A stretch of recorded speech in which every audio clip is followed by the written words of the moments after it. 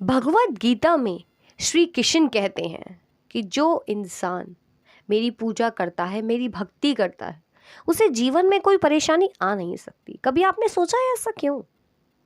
मैं बताती हूँ क्यों। क्योंकि श्री कृष्ण भगवत गीता में कहते हैं संसार, ये पूरा ब्रह्मांड, इस संसार में हर जीव, सब कुछ मेरा है।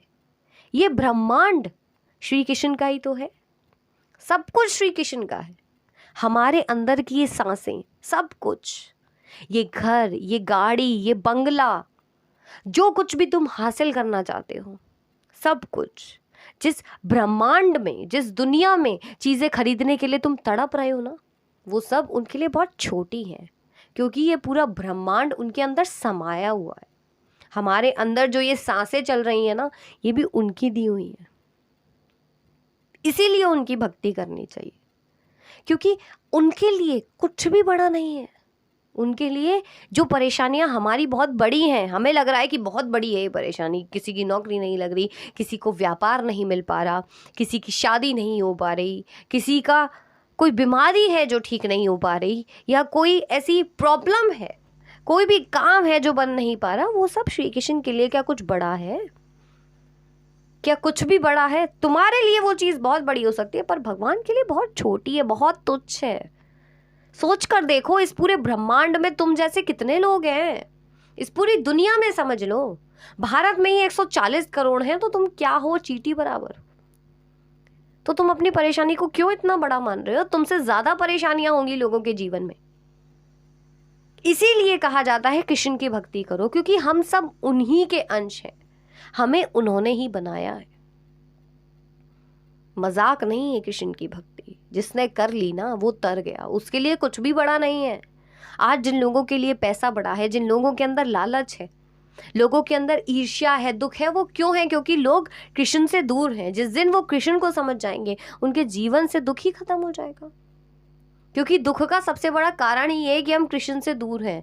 जिस दिन हम उनके पास चले जाएंगे, उन्हें समझ जाएंगे, हमारे जीवन में कोई दुख ही नहीं रहेगा। आज दुख किस बात का है लोगों को? कि मेरे पास पैसा नहीं है, मैं गरीब हूँ, उसके पास ज़्यादा है, मेरे पास कम है, वो कम पढ़ा लिखा है फिर भी कहाँ है, वो ज़्यादा पढ़ा लिखा है वो फिर भी कहाँ है। ये सब मायने नहीं रखता, क्योंकि हम सब कृष्ण के अंश हैं।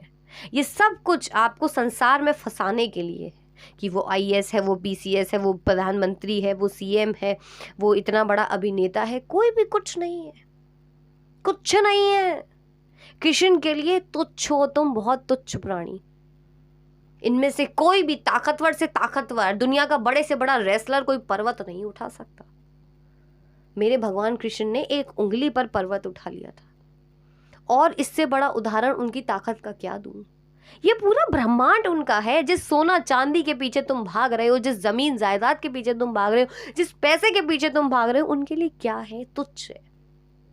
सब कुछ तो उन्हीं का ही है, सब कुछ उनका है।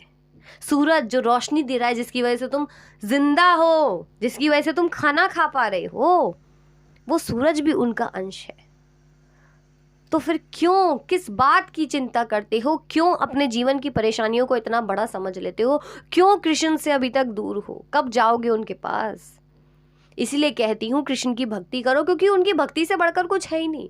और भगवत गीता में तो भगवान श्री कृष्ण खुद कहते हैं, तू कर्म करता जा, फल की इच्छा मत कर, फल की इच्छा मुझ पर छोड़ दे। अगर तुम भक्ति कर रहे हो और भगवान तुम्हारे साथ है और तुम कर्म कर रहे हो, उसमें तुम्हें सफलता ना मिले, हो ही नहीं सकता। क्योंकि जो इंसान कृष्ण की भक्ति करता होगा ना, उसके अंदर लालच नहीं होगा, वो सिर्फ अपना कर्म करेगा।